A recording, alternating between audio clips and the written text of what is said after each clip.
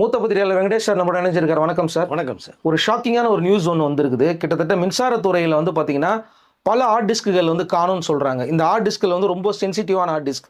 கடந்த முறை வந்து பார்த்தீங்கன்னா பல இடங்களில் வந்து பர்ச்சேஸ் பண்ணியிருப்பாங்க, டெண்டர் எடுத்திருப்பாங்க, எந்த கம்பெனிக்கு டெண்டர் கொடுத்துருக்காங்க, எவ்வளோ அமௌண்ட் கொடுத்துருக்காங்க அப்படிங்கிற எல்லா டீட்டெயிலும் இருக்குது.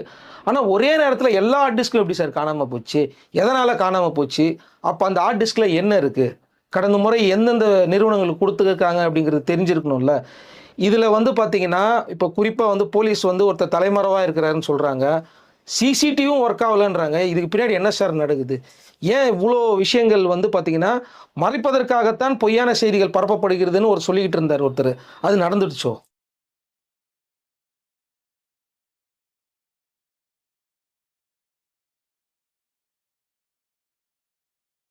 கண்டிப்பா அப்படிதான் தோணுது. ஏன்னா இப்ப நமக்கு வந்து அமைச்சர் நிர்மல்குமார் அவரோட சமீபத்தில் வந்து நிறைய ஆய்வுகள் மேற்கொண்டுட்டே இருந்தாங்க. மின்சாரத்துறையில் நடந்துட்டு இருக்குன்னு. சென்னையில் பார்த்தீங்கன்னா நிறைய இடங்கள்ல இந்த மின்வெட்டு டக்குன்னு போடுறது இன்ன வரைக்குமே சில இடங்கள் தொடர்றதுன்ற எனக்கு தகவல் வருது. எனக்கு ஏன் நிப்பாட்டுறேன், எதுக்கு நிப்பாட்டே தெரியல. திடீர்னு ஒரு மணி நேரம் 2 நிப்பாட்டிடுறாங்க. பட் இது வந்து தொடர்கதையாக போயிட்டு இருக்கு. அந்த நேரத்தில் தான் மின்சாரத்துறையில் ஆய்வு செய்யப்பட்டது. நிறைய விசாரிச்சுட்டு இருந்தாங்க நிர்மல்குமார் அவர்கள் அமைச்சர். அந்த விசாரணை அடிப்படையில் தான் இவர் உள்ளுக்குள்ளே போயிட்டார். அமைச்சர் போனார்னா இன்னும் நிறைய தோண்ட ஆரம்பித்தாங்கன்னா நிறைய விஷயங்கள் அவருடைய கவனத்துக்கு போயிடும் அப்படிங்கிற ஒரு விஷயம் அடிப்படையில் இப்போ இந்த கடந்த ஒரு 10 நாட்களாக நடைபெற்றக்கூடிய அமைச்சர்களுடைய நேரடி பார்வையில் நடந்த விசாரணை இப்போ திடீர்னு பார்த்தீங்கன்னா இப்போ ஒரு செய்தி வந்து பூதாகரமாக கிளம்பியாச்சு. அமைச்சருடைய நேரடி பார்வையில் இருக்கும்போது இந்த இந்த சனி ஞாயிறு லீவில் பார்த்தீங்க அப்படின்னா இந்த முக்கியமான அதிகாரிகள் வரமாட்டாங்க. அங்கே இருக்கிற ஸ்டாஃப் வருவாங்க, ஒர்க் பண்ணுவாங்க, போவாங்க. இப்போ சென்னையில் மவுண்ட் ரோடில் இருக்கிற மின்சார வாரிய தலைமை அலுவலகம் இருக்காங்க. அங்கே தான் வந்து டோட்டல் ஹெட் குவார்ட்டர்ஸ். இப்போ அங்கே இந்த சம்பவம் நடந்திருக்கு. என்னன்னா 18 ஹார்ட் டிஸ்குகள் வந்து மிஸ் ஆயிருக்கு. அதில் என்னென்னா டெண்டர் முறைகேடு நடந்திருக்கு, கொள்முதலில் நிறைய விஷயங்கள் நடந்திருக்கு, நிலக்கரி ஊழல் வந்து மாதிரி அது நடந்திருக்கு நிறையா. இப்போ இதெல்லாம் ஆராய்ச்சி பண்ணும்போது யார் பண்ணியிருப்பாங்க போது கிட்டத்தட்ட பார்த்தீங்கன்னா ஏற்கனவே ஒரு 395 கோடிக்கு வந்து டிரான்ஸ்ஃபார்மர் ஏதோ ஒரு விஷயம் நடந்துட்டு இருக்கிறதா இப்போ விசாரணை மேற்கொள்ளும் தகவல் வரை இருக்கிறோம்.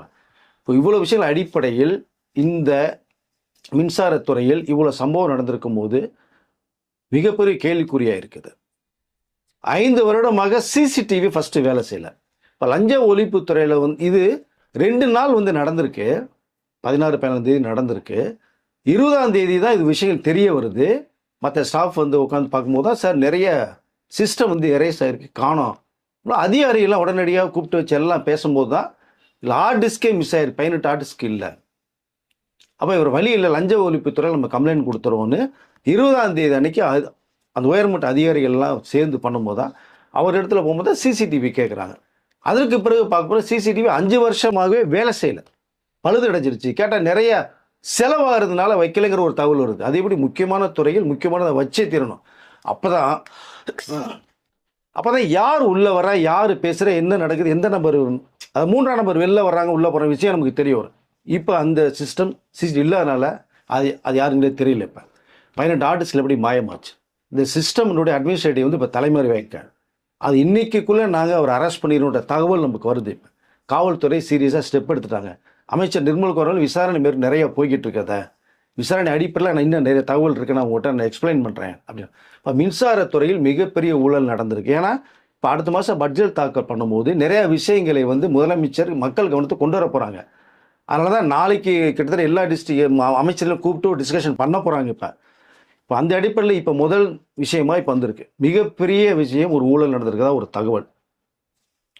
இப்போ அவருடைய விசாரணை நடைபெற்றுட்டு இருக்கு. பட் மேற்கூடி எப்படி வரும், யார் யார் இதில் வந்து உள்ளே மாட்ட போகிறாங்க, ஏன் கடந்த முறை 5 வருடங்களாக வந்து சிசிடிவி இல்லை, 12 எதற்காக யார் சொல்லி இது எடுக்கப்பட்டு போனது அப்படிங்கிற விஷயம்லாம் அந்த நபர் கைது செய்யப்பட்ட உடனே தகவல் வரும். எப்பயுமே ஒரு தவறை வந்து மறைக்க முடியாது. பட் எதற்காக பண்ணார விஷயம் அவர் வரும்போது அவர் கண்டிப்பாக சொல்லி தான் திரும்ப வழி கிடையாது. பட் அப்படி ஒரு நிலைமை இப்போ போயிட்டுருக்கு. விசாரணை முடிவில் வந்து யார் சம்மந்தப்பட்டது என்னங்கிறத மக்களுக்கு அவர் வந்து வெளிச்சத்தை கொண்டு வரதை தமிழக முதலமைச்சர் ஒரு விஷயத்தை எடுத்திருக்காங்க. நிர்மல்குமார் அவர்களும் விசாரணை முடிவில் உங்களுக்கு நிறைய விஷயங்கள் இருக்குது தெளிவுபடுத்துறேன்னு சொல்லியிருக்காரு. இப்போ இந்த மாதிரியான செய்திகள் வரக்கூடாது அப்படின்றதுக்காக தான் இந்த மின்வெட்டுகள் அங்கங்கே நடந்தது. இது ஒரு திசை திருப்புறதுக்கான வேலை. ஏன்னா அவரே சொன்னார், பல அனுதாபிகள் கடந்த முறை இருந்த அந்த கட்சியை சேர்ந்த அனுதாபிகள்லாம் பல இடங்கள்ல இருக்காங்க, எங்களுக்கு சரியா ஒத்துழைப்பு தர மாட்டேன்றாங்க அப்படிங்கிற மாதிரி ஒரு செய்தியும் கொடுத்துருந்தாங்க. இப்போ இதெல்லாம் அவங்க வந்து ஃபோக்கஸ் பண்ணக்கூடாது, இவங்க ஃபோக்கஸ் வந்து ஆடிட்டிங்கில் இருக்கக்கூடாது, இந்த மாதிரி நம்ம அங்கங்கே கட் பண்ணி விட்டோம்னா அதில் இருக்கட்டும்ன்றதுக்காக தான், டைவர்ட் பண்ணுறதுக்காக தான் நடந்துதா? அதனால தாங்க வந்து இது முதலமைச்சர் நிறைய பேர் இப்போ விமர்சனம் பண்ண ஆரம்பிச்சிருக்காங்க. உங்களுக்கு இந்த 21 நாள்லேயே தேவையில்லாத விமர்சனம் பண்ணுறாங்க. இந்த மாதிரி தகவல்களை அவங்க வந்து மக்கள் மத்தியில் கொண்டு போயிடக்கூடாது அப்படிங்கிற நோக்கத்தில் தான் இப்போ நிறைய விஷயங்கள் பேசப்பட்டு இருக்கு. அவர் எதையுமே காது கொடுத்து கேட்கறது இல்லை. நீங்கள் பேசுகிறத பேசுங்க, விமர்சனம் பண்ணுறத பண்ணுறங்க, நிப்பாட்டாடாதீங்க, அதான் எனக்கு எனர்ஜின்னு சொல்லிட்டார் வேற. இப்போ இந்த தொடர் விசாரணைகள் பல துறையில் வந்து இப்போ ஆய்வு மேற்கொள்ளப்பட்டு இருக்கு. எந்தெந்த துறையில் என்னென்ன நடக்குது, என்னென்ன பண்ணலை, என்ன முறையீடுகள் நடந்திருக்கு, மக்களுக்கு வெளிச்சத்தை போட்டு காட்டணுங்கிறது தான் முதலமைச்சர். அதான் ஊழல் இல்லாத மாநிலமாக உருவாக்கணும், லஞ்சத்தை ஒழிக்கணும், இதுதான் முக்கிய குறிக்கோள். போதையை ஒழிக்கணும், பெண்கள் பாதுகாப்பு, இதுதான் 5 மேட்டர் ஹைலைட் எடுத்திருக்காரு. இந்த 5 மேட்டரை தொட்டாலே தமிழ்நாடு மக்களுடைய அந்த வாழ்க்கை சிறப்பாக சீராக இருக்கும், பொருளாதாரம் வேற லெவலுக்கு போகும். அதெல்லாம் முறியடிப்பதற்காக தான் தமிழக முதலமைச்சர் அவர்களுடைய மிகப்பெரிய தேவையில்லாத விமர்சனங்களை வச்சிட்டு இருக்காங்க. பட் எதுவாக இருந்தாலுமே இன்னும் மேற்படி நிறையா துறைகளுடைய ஆய்வுகள் மேற்கொள்ளப்பட்டு இருக்கு. ஆனால் நீ எதையுமே நீ ஒரு விஷயத்தை பேசி மக்கள் டைவர்ட் பண்ணி கொண்டு போகலான்னு வந்து அந்த நேரத்துக்கு தான் உபயோகமாக இருக்கும். மக்கள் எல்லாம் பார்த்துட்டு இருக்காங்க. இன்னைக்கு ஆட்டோமேட்டிக்காக செய்தி வெளில வந்துருச்சு. இப்போ இந்த செய்திக்கு என்ன வரப்போகுது? திருச்சியில் ஒரு பேசின விஷயத்தை வந்து வேற மாதிரி திருச்சி நிறைய பேர் பேச ஆரம்பிச்சாங்க. அவரை மனசில் என்ன இருக்கோ அதை பேசினாரு. அது தேர்தலுக்கு முந்தைய பேசினானா பிந்தைய பேசினானா?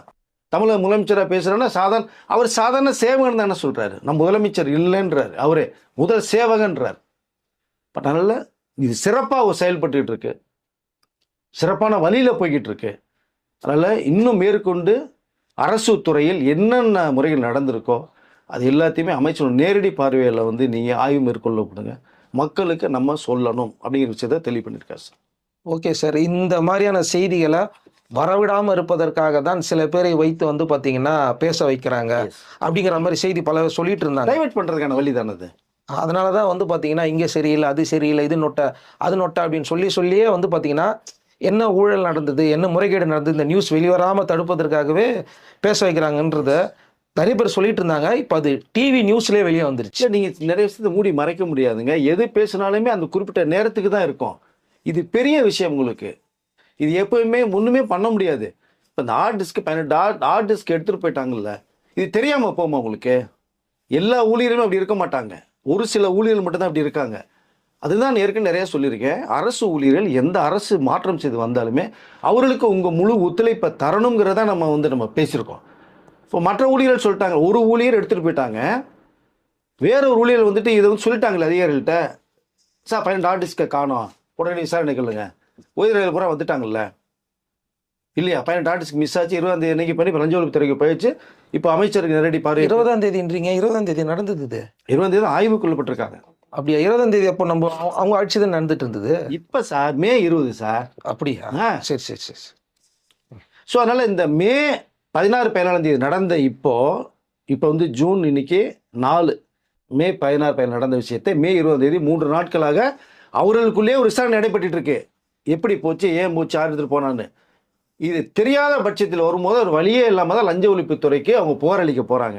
இப்போ சிசிடிவி மேட்ரு வேறு வெளில வருது. ஒன்று தொட்டால் ஒன்று அடுத்து வரிசையாக வருது, இது இல்லை அது இல்லை அது இல்லை அப்படின்னு. ஏங்க சிசிடிவி எவ்வளோ முக்கியங்க, எவ்வளவோ செலவுகள் பண்ணும்போது அது ரொம்ப முக்கியம் இல்லையா? இப்போ இப்படி ஒரு விஷயம் நடந்திருக்கு மின்சார வாரியத்தில். அதை இப்போ மக்களுக்கு செய்தியாக வெளில வந்துருச்சு. ஒரு விஷயத்தை மறைக்க முடியாது என்பதற்கு இது ஒரு உதாரணம். இன்னும் நிறைய துறையில் நடந்திருக்கிற விஷயத்தை நீ தெளிவுபடுத்துவார்கள் பாருங்க. ஓகே சார், இதுவே வந்து பார்க்குறவங்களுக்கு வந்து ரொம்ப ஷாக்கிங்கான ஒரு நியூஸாக இருக்குன்னு நான் நினைக்கிறேன். அதே மாதிரி அடுத்தடுத்து நிறைய விஷயங்கள் வெளியே வரப்போகுது. நம்ம ஏற்கனவே சொல்லிகிட்டு இருந்தோம் இது நடக்க போகுது அப்படிங்கிறத, இப்போ அது செய்திகளில் வெளியே வந்துச்சு. இப்போ முதல் முறையாக நம்ம சிறப்பாக பார்க்கணும்னா, நேற்று வந்து தமிழக முதலமைச்சர் விஜய் அவர்களுடைய அழைப்பின் பேரில் வந்து புதியதாக தமிழகத்தில் வந்து டிஜிபி மகேஷ்குமார் அகர்வால் அவர்கள் வந்து அதை இங்கே நியமிக்கப்பட்டிருக்காங்க. பட் அவரை பற்ற விஷயங்கள் நிறைய இருக்குது. யூபிஎஸ்சி சார்பாக 3 பேரை வந்து பரிந்துரைக்கப்பட்டதில் வந்து தமிழக முதலமைச்சர் டிக் பண்ணது வந்து மகேஷ்குமார் அகர்வால் அவர்கள். பட் அவருடைய சிறப்பு என்னன்னு பார்த்தீங்கன்னா, ஆக்சுவலாக 94 பேட்ச் ஒரு ஐபிஎஸ்ஸு. நம்மளுடைய இந்தியா பங்களாதேஷ் பார்டர் வந்து 4000 கிலோமீட்டர் சர்க்கிளுக்குள்ள அவருடைய கண்காணிப்பில் டிஜிபியாக வந்து அந்த பார்வையில் இயங்குனது ஒரு விஷயம் இருக்குது. பட் இப்போ இங்கே தமிழகத்தில் வந்து முன்னால் வந்து போலீஸ் கமிஷனர் இருந்திருக்காங்க, போதைப்பொருள் தடுப்பு இதில் இருந்திருக்காங்க. இப்போ இதில் சிறப்பாக அவருடைய பணி என்ன பண்ணியிருக்கா அப்படின்னு பார்த்தீங்கன்னா, இங்கே சென்னையில் வந்து சிறுசேரி இதில் வந்து ஒரு ஐடி ஊழியர், பெண் ஊழியர் வரும்போது பார்த்தா 2014 நடந்த சம்பவம்.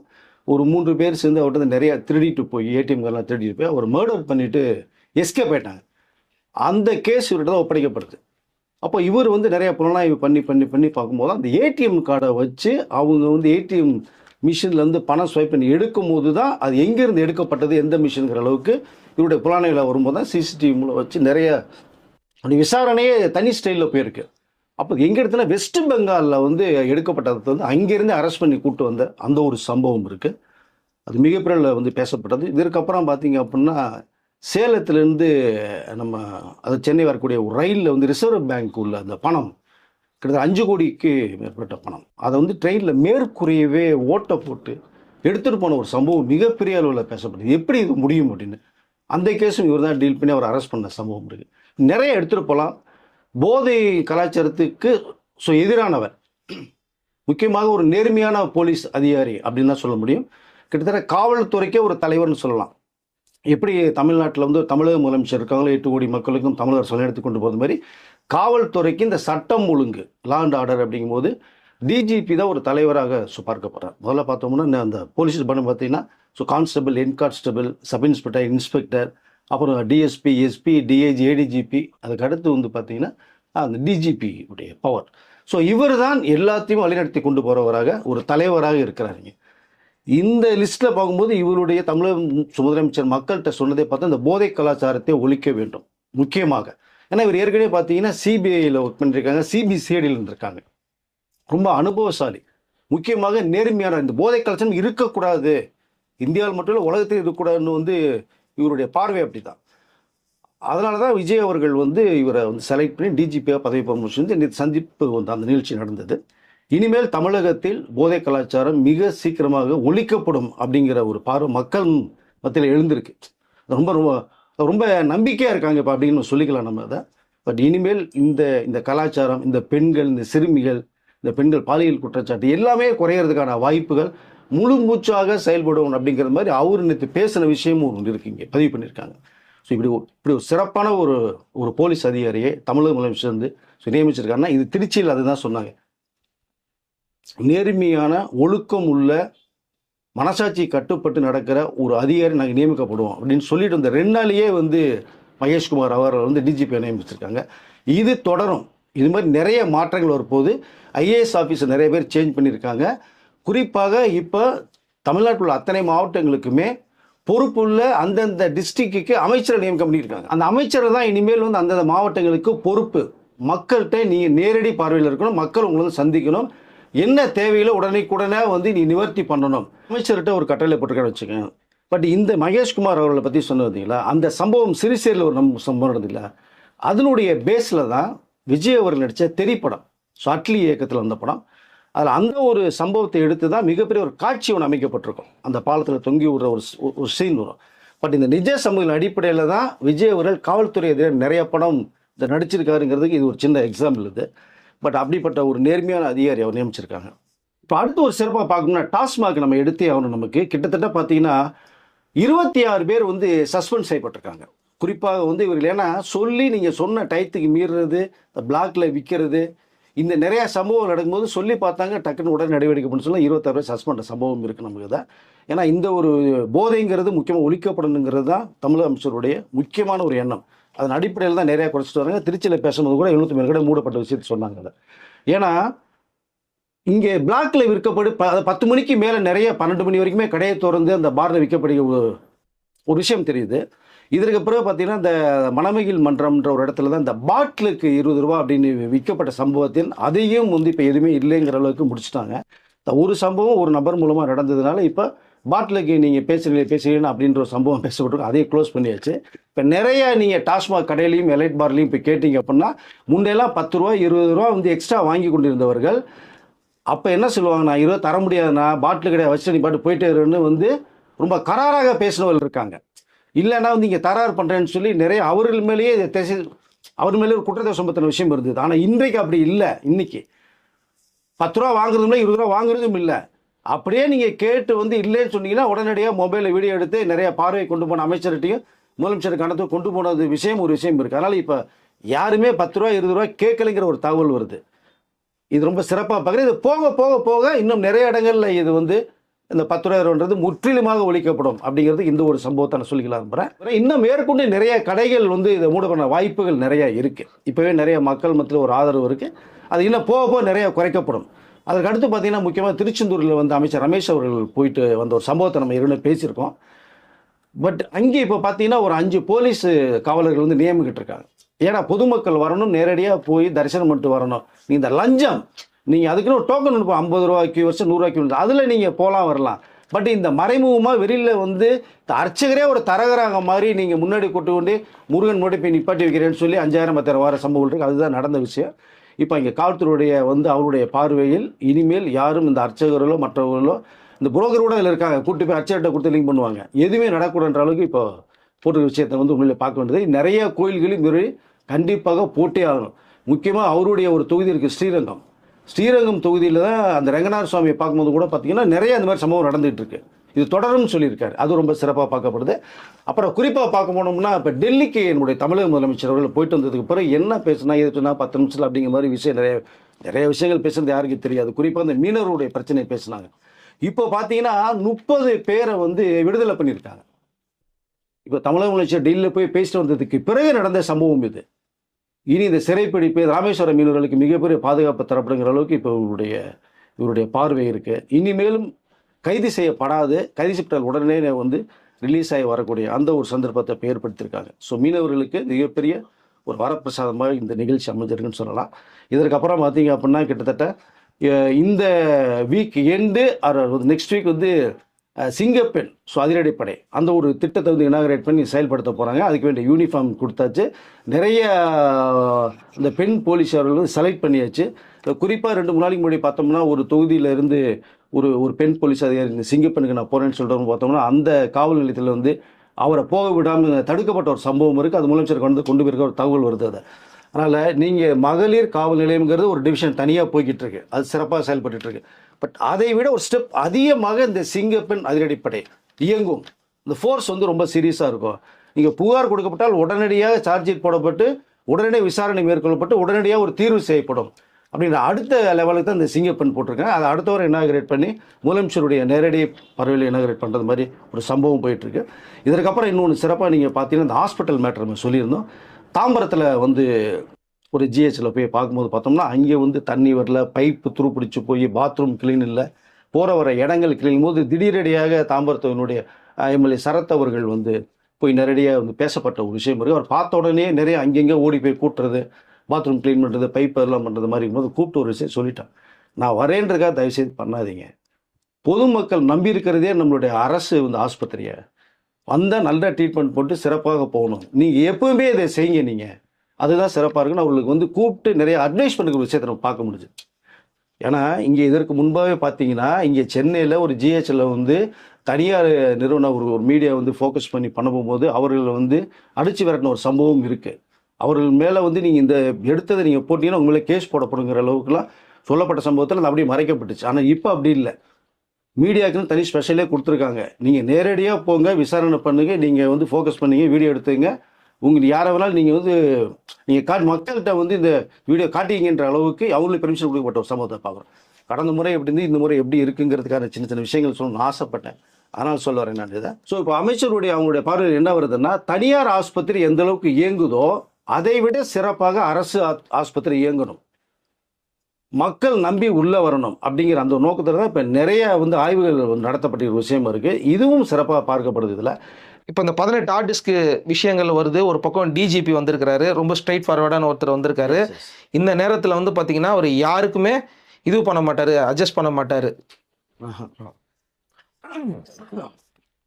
ஒரு பக்கம் வந்து பார்த்தீங்கன்னா நிறைய விஷயங்கள் செஞ்சுக்கிட்டு இருக்காங்க. இந்த விஷயங்கள் தெரியாத அளவுக்கு வந்து பார்த்தீங்கன்னா நிறைய பொய்யான செய்திகளை பரப்பிக்கிட்டு இருக்காங்க. இது ஒரு பக்கம் போயிட்டுருக்கு. ஹார்ட் டிஸ்க்கு காணோம், கண்டிப்பாக டிஜிபியை போட்டிருக்காங்க. இந்த நேரத்தில் வந்து இந்த விசாரணை அங்கே போகும்போது என்ன நடக்கும் அப்படிங்கிறது எல்லாருக்குமே தெரியும்னு நினைக்கிறேன். இதை யார் எடுத்துகிட்டு வர சொன்னாங்க அப்படிங்கிறதும் கொஞ்ச நாள் எக்ஸ்போஸ் ஆக போகுது. ஸோ கமெண்ட் செக்ஷனில் நீங்களே சொல்லுங்கள். கரண்ட் கட்டு நிறைய பேர் சொல்லிக்கிட்டு இருந்தீங்களா, காரணங்கிறது இப்போ புரியுதா? இப்போ அந்த காரணம் வெளியே வந்துருச்சு. ஸோ நீங்களே கமெண்ட் செக்ஷனில் சொல்லுங்கள். அடுத்த வீடியோவில் சந்திக்கலாம் சார். நன்றி. நன்றி.